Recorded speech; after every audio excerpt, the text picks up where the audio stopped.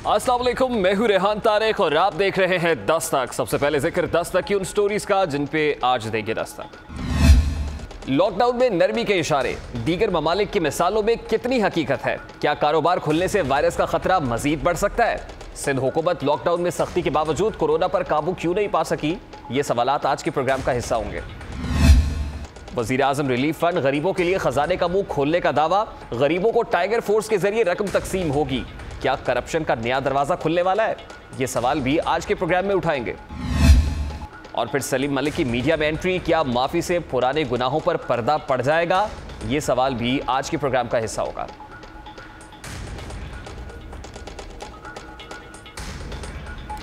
आज वजीर आजम पाकिस्तान इमरान खान ने कॉमसेट्स में तिब्बी मसनूआत की नुमाइश का दौरा किया। अपने दौरे के दौरान उन्होंने गुफ्तगू में भारतीय वजीर आजम को मुखातिब करते हुए कहा कि मोदी इतना डरपोक निकला कि कोरोना की वजह से पूरा मुल्क बंद कर दिया। मोदी ने गरीब लोगों का सोचा ही नहीं। वजीर आजम ने कहा कि कोरोना अमीर और गरीब में फर्क नहीं करता। कोरोना ने हमें सिखाया है कि अपने पांव पर खड़ा होना है। हुक्मरान अशराफिया ने फैसला किया कि मुल्क में लॉकडाउन करना है, लेकिन किसी ने लॉकडाउन करते हुए दिहाड़ीदार तबके का सोचा ही नहीं। वो जो उनका स्ट्रॉन्ग मैन नरेंद्र मोदी है, कहता है जी उसका 50 इंच का चेस्ट है, वो इतना डरपोक निकला, एकदम उसने सारा बंद कर दिया। बेचारे लोग 200-200 मील चल के जा रहे हैं, गरीब लोग थे हिंदुस्तान में। सोचा ही नहीं कि आम आदमी की जिंदगी क्या होगी।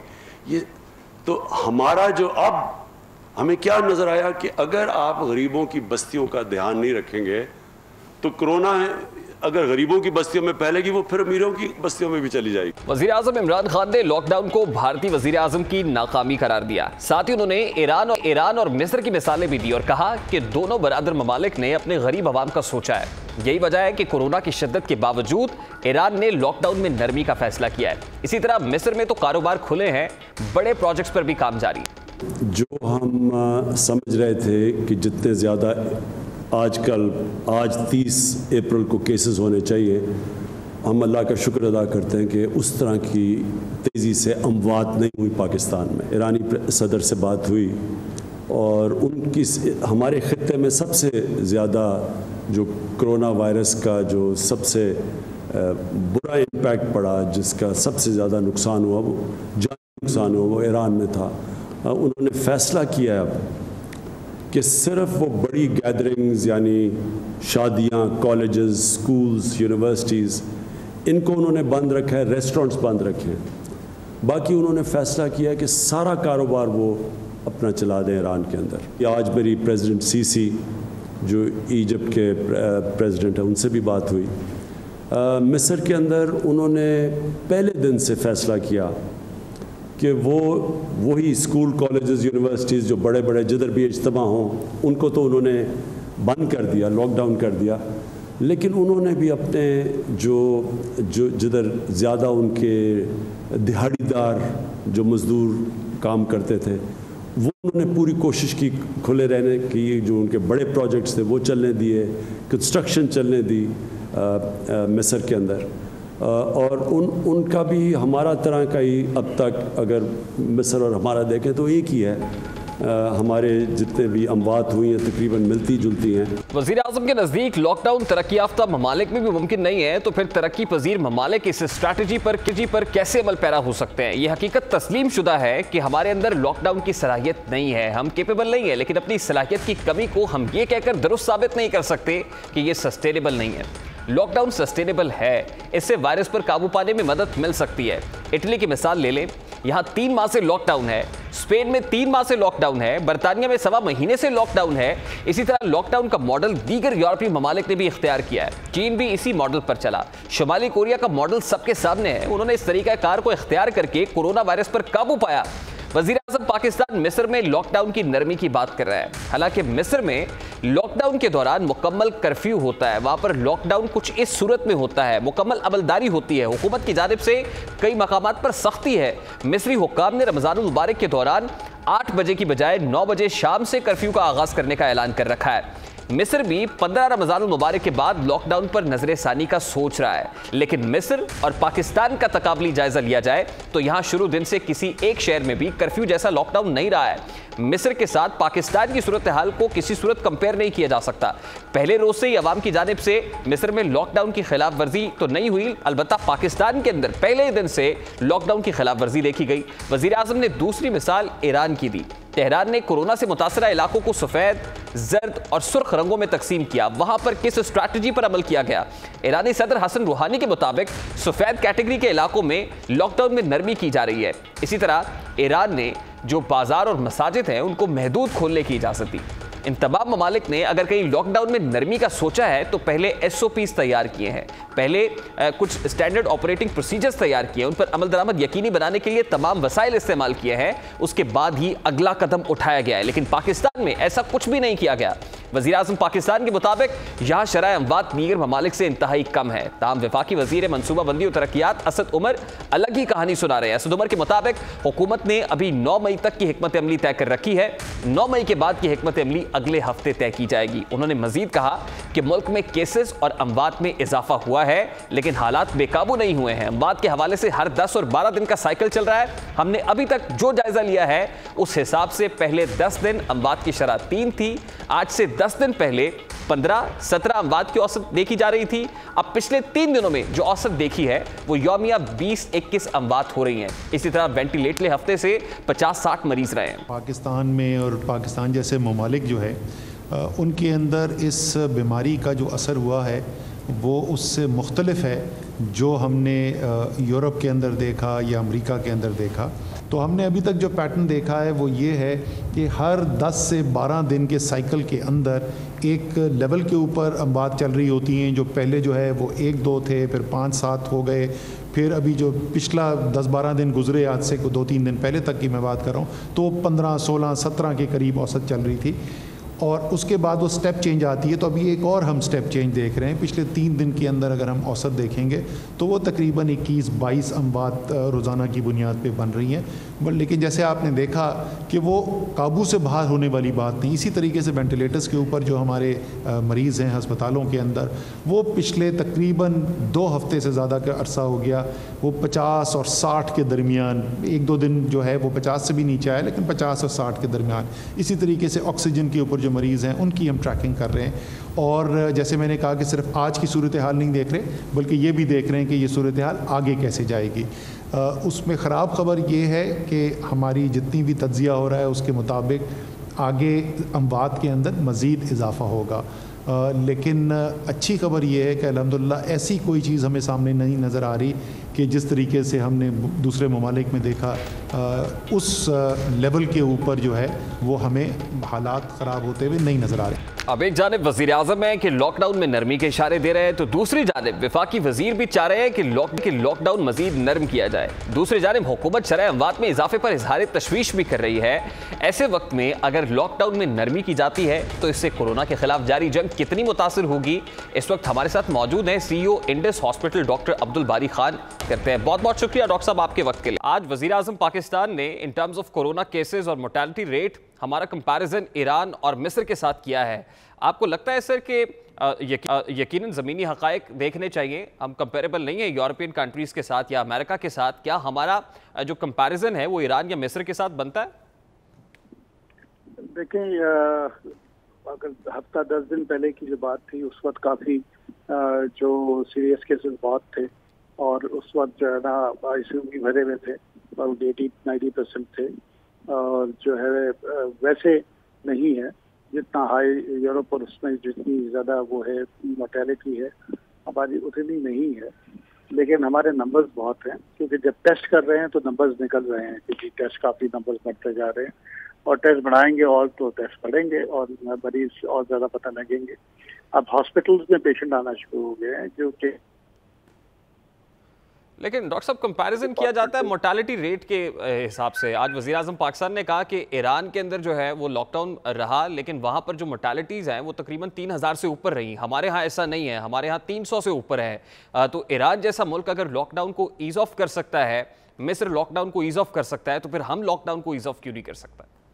देखिए, हमने लॉकडाउन किया तो ये सूरत हाल रही ना, हमारे नंबर भी कम रहे और हमारी मॉर्टेलिटी भी कम रही है। और इसमें ईज आउट करने के लिए डेफिनेटली करनी चाहिए, लेकिन ये मतलब ईज आउट के लिए सोचना चाहिए कि हमको किस तरीके से हमारी अपनी प्रिपरेशन है कि नहीं है। क्या हमारे नंबर्स हॉस्पिटल इसके लिए तैयार हैं? हमारे जो क्योंकि ये मरीज आएंगे, अब तो हर मरीज किसी और मकसद के लिए आ रहा है। जैसे हमारे इलेक्टिव सीजरी सेक्शन के लिए मरीज आया और वो भी पॉजिटिव निकल आया, तो अब वो क्योंकि ये तो पता नहीं, वो लिख के नहीं आता है अपने चेहरे पे कि जी वो तो आया तो रखने उसके लिए अपनी सी सेक्शन के लिए। ठीक है, मतलब इकोनॉमिक्स ये तो हमारा एज अ डॉक्टर हमने तो एक वो दे देना है, स्टेटिस्टिक्स दे देना, और हमको समझ में आ रही है कि हमारी इस पे वो क्या नजर क्या आ रहा है कि होगा। बाकी फैसले तो हुकूमतों में करने होते हैं कि नहीं, लेकिन डॉक्टर साहब आप इस तमाम तरह सूरत हाल को बड़ी करीब से देख रहे हैं। आपको लगता है कि 9 मई के बाद हम इस पोजीशन में होंगे कि हम आसानी ला सकें अपने बिजनेस कम्युनिटी के लिए, छोटे ताजरों के लिए, दिहाड़ीदारों, मजदूरों के लिए? देखें, एक तो यह है कि हमको सबको, अगर हम सब अपनी जिम्मेदारी के साथ हर आदमी अपनी जिम्मेदारी को समझे कि जी मुझे बिला ज़रूरत घर से नहीं निकलना और मुझे बिला ज़रूरत खरीदारी नहीं करनी है, और ज़रूरत है तो जो दुकानें हैं जो खुले हैं तो उसको 9 मई के बाद तो कुछ थोड़ा बहुत इनको लॉक करना पड़ेगा, लेकिन it has to be smart.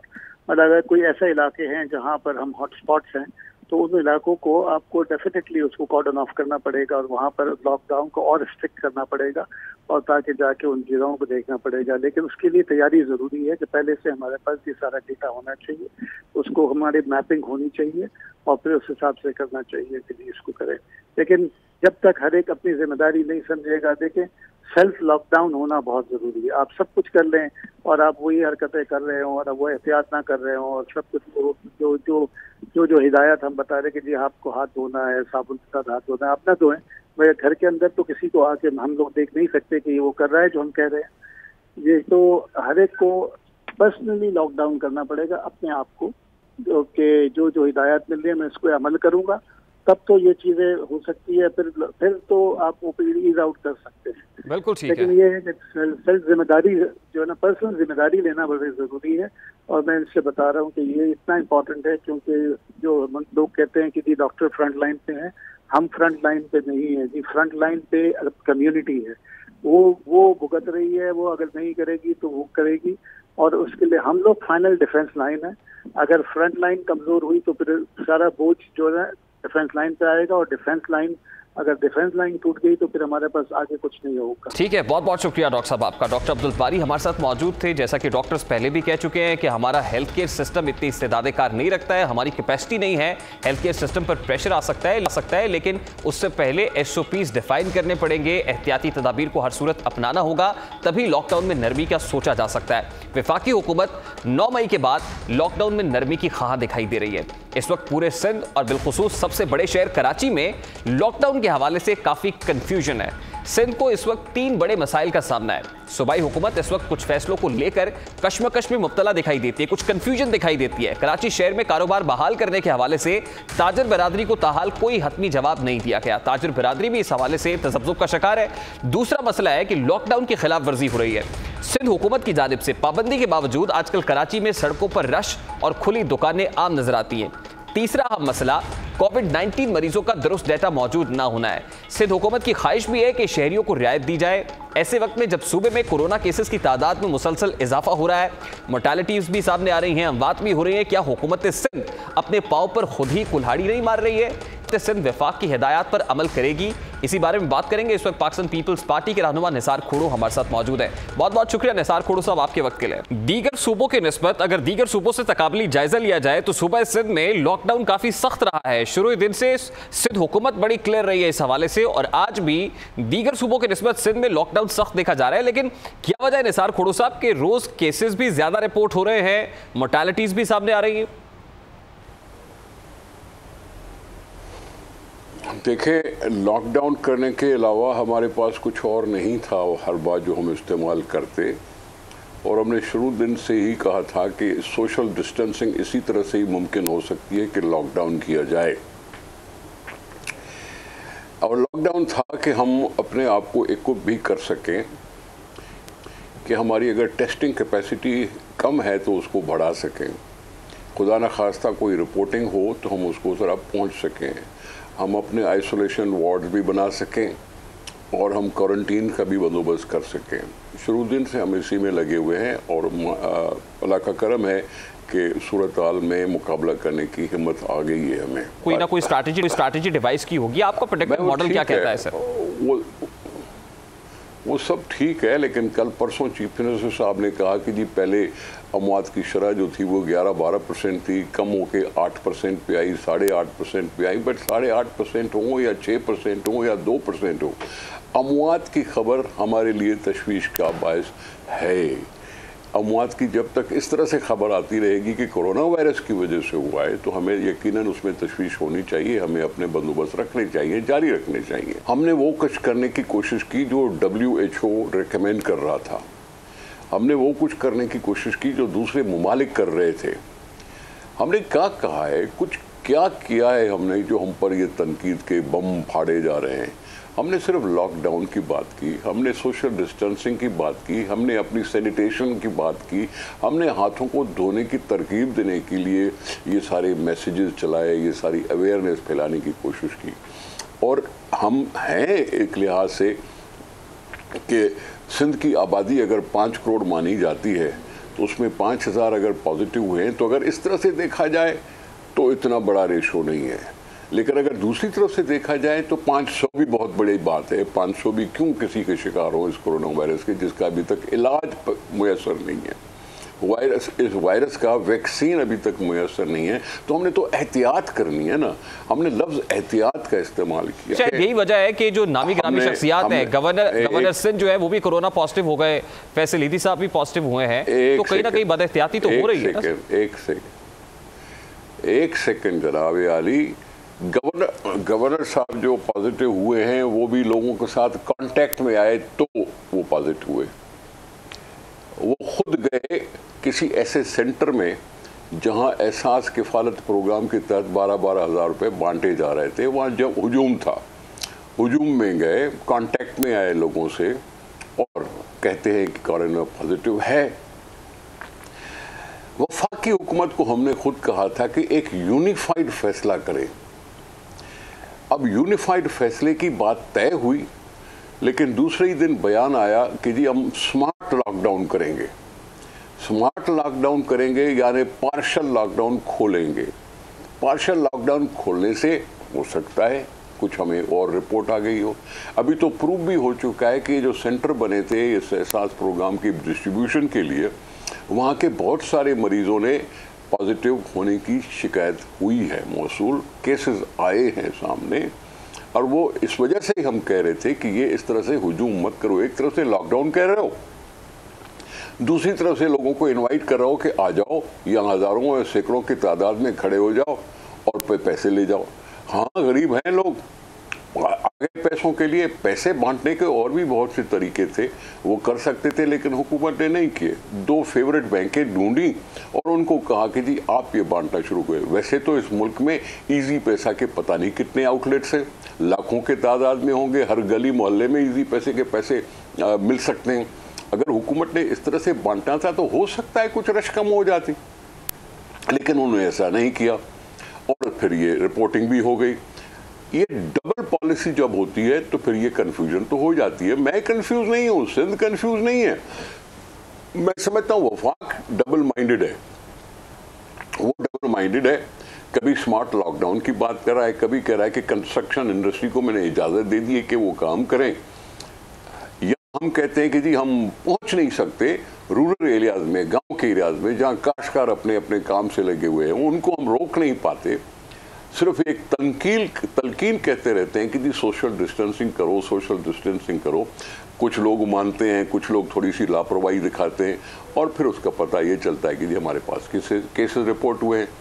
अब वो कोई इंटरनेशनल, सिंगापुर ने कहा जी 15 मई तक यूँ पीक पे आ जाएगा, क्या आ जाएगा, क्या रेशो बनाते हैं, क्या ग्राफ्स बनाते हैं, वो उनको पता। हम सिर्फ अपने एहतियात की बात करते रहे हैं और अभी भी कर रहे हैं। ठीक है, बहुत बहुत शुक्रिया आपका। निसार खोड़ो हमारे साथ मौजूद थे। गुफ्तगू आपने सुनी एक ऐसे वक्त में जब कोरोना वायरस की वबा ने पूरी दुनिया को अपनी लपेट में ले रखा है। इस वायरस का सामना करने वाले हर मुल्क को यह एहसास हो गया है कि सेहत का निज़ाम खुसूसन वेंटिलेटर्स कितने अहम हैं। मुख्तलिफ ममालिक में माहिरीन और डॉक्टर्स मुख्तलिफ तजर्बात करके वेंटिलेटर्स की कमी को पूरा करने की कोशिश कर रहे हैं। इन्हीं में से एक अमरीका की रियासत कनेक्टिकट है, जहां पर मुकीम पाकिस्तानी नयाद अमरीकी state senator doctor Saud Anwar भी हैं, जिन्होंने मैनचेस्टर मेमोरियल अस्पताल में अपनी टीम के हमरा एक वेंटिलेटर को 3D प्रिंटिंग की मदद से 7 अफराद के लिए काबिल इस्तेमाल बनाया, यानी एक वेंटिलेटर की इस्तेदाद-ए-कार बढ़ाई। इस कामयाबी के बाद मकामी अफराद ने डॉक्टर सऊद अनवर की खिदमात को सराहते हुए उनका मुनफरिद अंदाज में शुक्रिया अदा किया। जिस अंदाज में अमरीकी शहरियों ने डॉक्टर सऊद का इस्तकबाल किया, यकीनन वो उनके जिंदा दिल होने का सबूत है। उनके इस्तकबाल की वीडियो भी आपकी टेलीविजन स्क्रीन पर चल रही है। आप देख सकते हैं कि कितना पुरतपाक इस्तकबाल किया जा रहा है। ऐसा ही एक कारनामा पाकिस्तानी इंजीनियर अब्दुल्ला अफजल ने भी अंजाम दिया है। उनका वेंटिलेटर कैसे काम करता है, किस तरह से एक वेंटिलेटर की कैपेसिटी को इन्हांस कर रहे हैं, और ये पाकिस्तान में किस हद तक कारआमद, अब्दुल्ला अफजल हमारे साथ मौजूद हैं, उनसे बात करते हैं। बहुत बहुत शुक्रिया अब्दुल्ला आपका। सबसे पहले तो ये बताइएगा कि आपने वेंटिलेटर की इस्तेदाद-ए-कार बढ़ाने के लिए क्या टेक्निक इस्तेमाल की है, वो कौन सा आला है जो आपकी ईजाद है जिससे इस्तेदाद-ए-कार वेंटिलेटर की बढ़ जाती है? अस्सलाम वालेकुम। हाँ जी बिल्कुल, मैंने कुछ ऑस्ट्रेलियन डॉक्टर्स थे, उनके साथ उनकी हेल्प के साथ एक डिवाइस बनाई है जिससे हम वेंटिलेटर की जो कैपेसिटी है वो एट अ टाइम 4 पेशेंट तक उसको बढ़ा सकते हैं। और ये इस तरह का वॉल्व है, ये स्प्लिटर वॉल्व है कि इसकी इनलेट और आउटलेट के ऊपर 4 एक्सटेंशंस हैं। इसका मतलब है कि एट अ टाइम इस वॉल्व के साथ एक वेंटिलेटर के ऊपर 4 patients at a time accommodate हो सकते हैं। मतलब कि जो इस टाइम वेंटिलेटर्स की कैपेसिटी है हम उसको 4 से मल्टीप्लाई कर रहे हैं ऑल ओवर द पाकिस्तान। बिल्कुल ठीक है अब्दुल्ला, ये बड़ा रिमार्केबल काम है ऐसे वक्त में जब वेंटिलेटर्स की अदम दस्तयाबी का शिकवा भी किया जा रहा है। यकीनन हमारी जो हेल्थ केयर फैसिलिटीज़ हैं वो भी कोई स्टेट ऑफ द आर्ट नहीं है, और वो पूरी तरह से हम उस तरह से लैस भी नहीं है। हमारे यहाँ वेंटिलेटर्स की शॉर्टेज है, और हम एक्सपेक्ट कर रहे हैं कि खुदा न खास्ता कोई ऐसी स्टेज ना आए कि जिसमें हमें वेंटिलेटर्स की बहुत ज़्यादा अशद ज़रूरत पड़ जाए, इतने पेशेंट्स हो जाए, लेकिन फिर भी हमें वर्स के लिए प्रिपेयर्ड रहना चाहिए। तो मुझे बताइएगा कि किसी तरफ से आपको ये रिक्वायरमेंट आई थी कि आप ऐसी डिवाइस बनाएं ताकि वेंटिलेटर्स की इस्तेदाद-ए-कार बढ़ सके? किसी ने आपसे रब्ता किया था? हाँ जी बिल्कुल, इस टाइम पे ऑलरेडी वेंटिलेटर्स के ऊपर काम हो रहा है कि वेंटिलेटर्स बनाए जाएं लोकली। बट उसमें यह है कि वेंटिलेटर्स बनने में और इंपोर्ट करने में अभी कुछ टाइम रिक्वायर्ड है। तो ये एक इस तरह की डिवाइस थी कि हम उसी टाइम जो हमारे वेंटिलेटर्स हैं उनकी कैपेसिटी को एट ए टाइम जो है इसको उसी टाइम 4 से मल्टीप्लाई कर सकते हैं। तो लाहौर के जो टॉप हॉस्पिटल्स हैं वहाँ से हमें जो है वो इसकी इंक्वायरी आई कि हमें कोई इस तरह की जो डिवाइस है ये ऑलरेडी यूज़ हो रही है इटली में, ऑस्ट्रेलिया में, यूके में, कनाडा में, तो क्या आप लोग भी ये इसको बना सकते हैं? हमने जो है कुछ इंटरनेशनल डॉक्टर्स थे, उनकी हेल्प ली और हमने इस डिवाइस को यहाँ पे बनाया, और इसको हमने डिफरेंट हॉस्पिटल्स जो हैं लाहौर के और इसके अलावा KPK में, कराची में, बलूचिस्तान में, उन हॉस्पिटल्स में इसको टेस्ट किया, और हमने सारे पाकिस्तान में ये अब तक 2000 ये जो वॉल्व्स हैं ये भेजे हैं बिल्कुल फ्री ऑफ कॉस्ट। अच्छा, अब इसकी कॉस्ट कितनी है, लागत कितनी है इस एक वाल्व की, और कितने हॉस्पिटल्स में आप डिस्ट्रीब्यूट कर सके हैं कंट्री वाइड? जी इस टाइम इस वॉल्व की कॉस्ट जो है वो 500 रुपीज़ है, और एक वेंटिलेटर के लिए ये 2 वॉल्व्स होते हैं रिक्वायर्ड, और इस टाइम हम कंट्री वाइड टोटल 2000 वॉल्व्स हमने डिस्ट्रीब्यूट किए हैं ऑलमोस्ट अप टू 50 हॉस्पिटल्स में। ठीक है, तो एक वेंटिलेटर की एफिशिएंसी तो इससे अफेक्ट नहीं होती है? यानी एक वेंटिलेटर जो एक पेशेंट को पहले लगता था, अगर वो 4 पेशेंट्स पर डिस्ट्रीब्यूट हो जाएगा तो क्या एफिशिएंसी ऑफ वेंटिलेटर पे कोई असर पड़ेगा? इसमें इस तरह से होता है कि इसमें अब ये होता है कि जब आपके पास और कोई ऑप्शन नहीं होती उस टाइम पे आप इस ऑप्शन को यूज़ करते हैं। इसमें कुछ चीज़ों को हमें कंप्रोमाइज़ करना पड़ता है। लाइक एक वेंटिलेटर के ऊपर 4 पेशेंट्स इस तरह से अटैच होंगे कि उन 4 की जो उनका बॉडी साइज़ है और उनकी जो कंडीशन है वो ऑलमोस्ट सेम होगी, तो ही वो इसके ऊपर अटैच हो सकते हैं। ठीक है, बहुत बहुत शुक्रिया अब्दुल्ला अफजल आपका। अब्दुल्ला अफजल हमारे साथ मौजूद थे और उन्होंने बताया कि एक वेंटिलेटर 4 पेशेंट्स के लिए इस्तेमाल हो सकता है, यानी एक वेंटिलेटर की कैपेसिटी को कैसे इंक्रीज़ किया। ये पाकिस्तानी स्टूडेंट हैं, पाकिस्तानी इंजीनियर हैं, यकीनन इस तरह के लोगों को अप्रिशिएट करना चाहिए, उनकी सताइश होनी चाहिए। बार कैफ यहाँ एक ब्रेक लेंगे और ब्रेक के बाद जब वापस आएंगे तो बात करेंगे मजदूरों को दी जाने जाने वाली इमदादी रकम की तकसीम पर क्यों सवालात उठाए जा रहे हैं, क्यों सवालात उठ रहे हैं, इसकी डिसबर्समेंट के हवाले से इस पर बात करेंगे। इस ब्रेक के बाद हमारे साथ रहिए।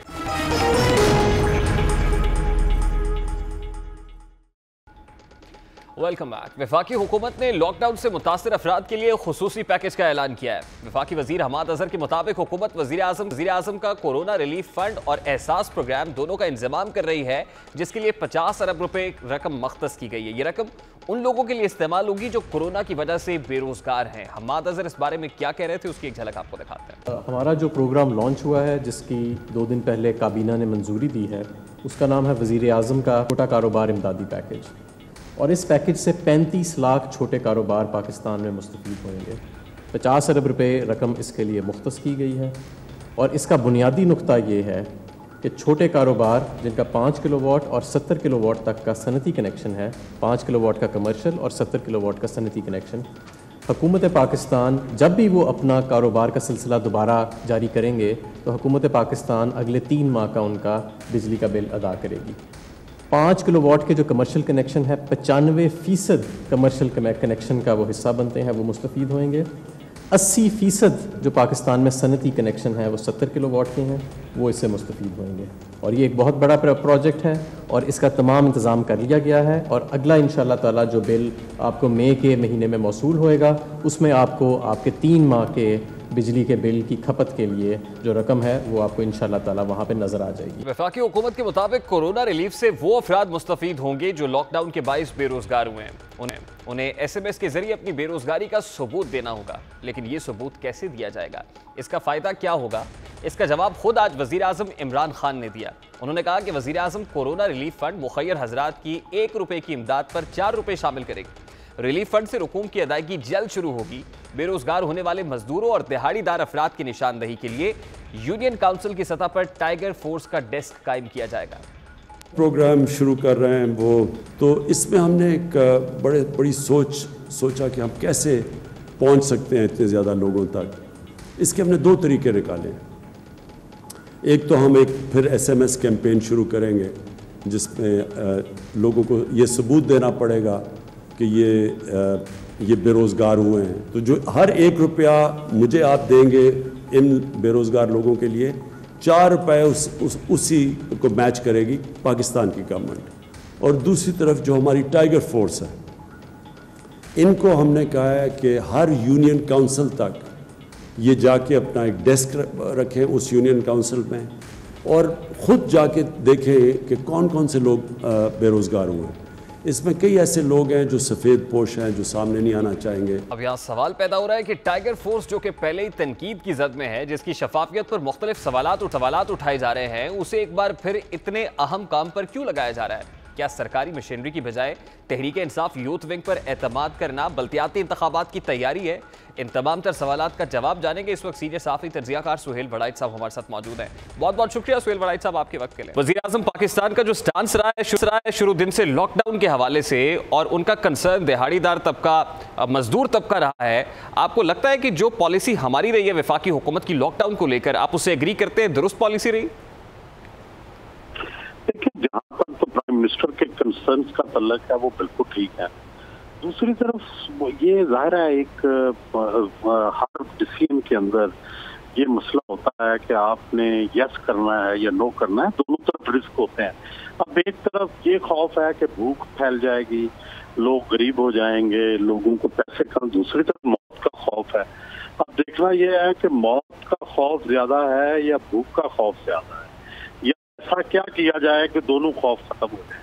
तो मेरा ख्याल है कि प्राइम मिनिस्टर बात तो ठीक कर रहे हैं कि ये ना हो कि मौत के खौफ से हम भूख फैला लें या भूख के खौफ से मौत में चले जाएं। तो लेकिन बहरहाल बात यह है कि मौत बहरहाल भूख से बड़ी जो है वो चीज़ है और मौत से बचना चाहिए। भूखा बंदा तो फिर भी कोई 10-15 दिन रह जाता है, लेकिन मौत जो है वो उसी लम्हे आपको कंट्रोल कर ले। आपको लगता है कि ये स्ट्रैटेजी ठीक है कि टाइगर फोर्स को मैदान में उतारा जाए और उसके जरिए से ये रिसबर्समेंट हो? देखिए, कुछ तो करना पड़ेगा। जाहिर है इस चीज में बड़े रिस्क हैं, क्योंकि जब भी पॉलिटिकल लोग इस तरह की एक्टिविटी में आते हैं, माजी में हमने देखा तो उसके बड़ी अंदर पेचीदगियां पैदा होती हैं। अब भी पेचीदगियां जरूर पैदा होंगी, लेकिन इतना बड़ा कोई नेटवर्क नहीं है। जब आप इलेक्टेड लोकल गवर्नमेंट खत्म कर दी आपने, तो उसके बाद आपको इस सतह पे या पॉलिटिकल नेटवर्क बनाना पड़ेगा या कोई इलेक्टेड नेटवर्क हो, क्योंकि यूनियन काउंसिल की सतह पे और कोई नेटवर्क होता नहीं है गवर्नमेंट का। तो इसलिए ये तो आपको करना पड़ेगा।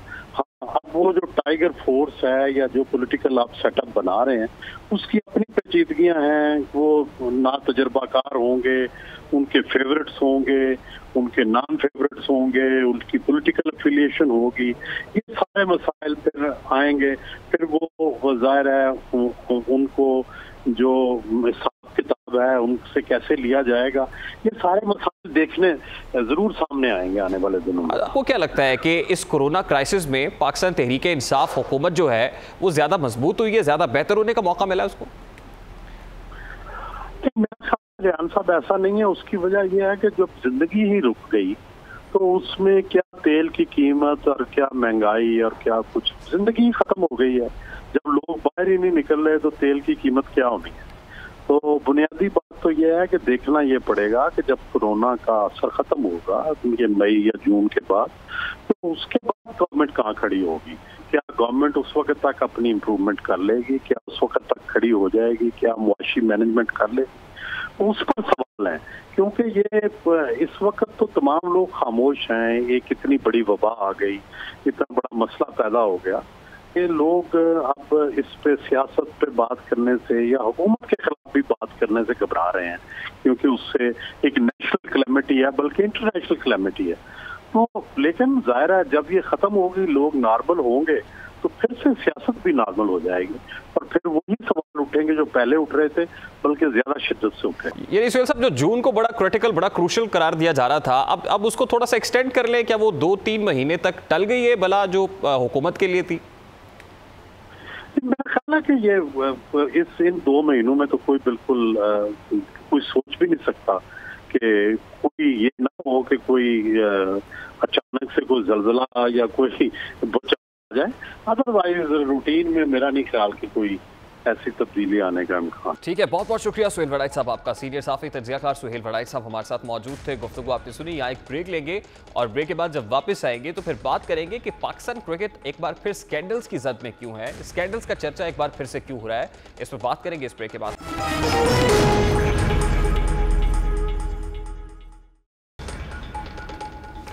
Welcome back. क्रिकेट को जेंटलमैन गेम समझा जाता है। इस खेल ने जमाने के साथ साथ अपने रूप भी बदले।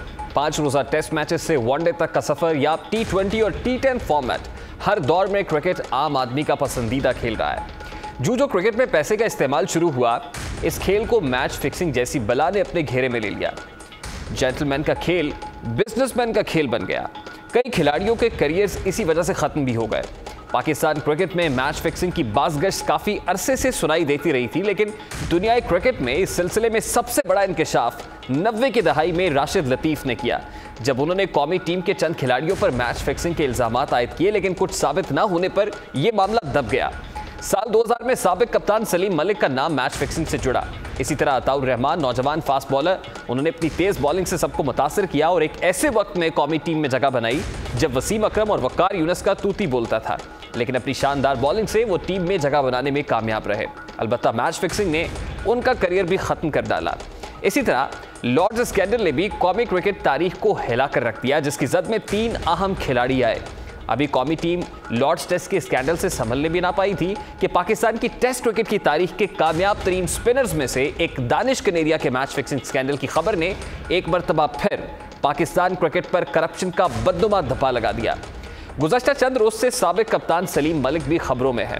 अब एक ऐसे वक्त में जब पीसीबी चंद नौजवान खिलाड़ियों का करियर बचाने में मसरूफ है, उमर अकमल पर पाबंदी आयद कर दी गई है, ऐसे में गुज़श्ता चंद दिनों से साबिक कप्तान सलीम मलिक की एंट्री खासी अहमियत इख्तियार कर गई है।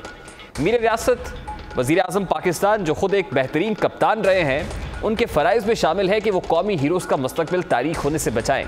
अगर स्पॉट फिक्सिंग पर सज़ा दी जाती तो सभी के लिए बराबर कानून साजी की जाए, लेकिन अगर मोहम्मद आमिर समेत नौजवान खिलाड़ियों को मौका मिलता है तो दीगर क्रिकेटर्स को भी मशरूत खेल की इजाज़त दी जाए। माजी में भी ऐसी मिसालें मौजूद हैं जिनमें नौजवान खिलाड़ियों का करियर सियासत की नज़र कर दिया गया, लेकिन मीर रियासत आपको किरदार अदा करना होगा। ऐसा निज़ाम लाना होगा कि कोई नौजवान खिलाड़ी कप्तान की या फिर बड़ों की सिफारिश का मोहताज ना हो। मेरी रियासत आगे बढ़िए, इससे अगले 15 सालों बाद कोई सलीम मलिक आए और अपनी बेगुनाही का सबूत तलाश करता रहे। ये तो था आज का दस्तक। आपसे मुलाकात होगी कल। अपना रखिएगा ख्याल। अल्लाह।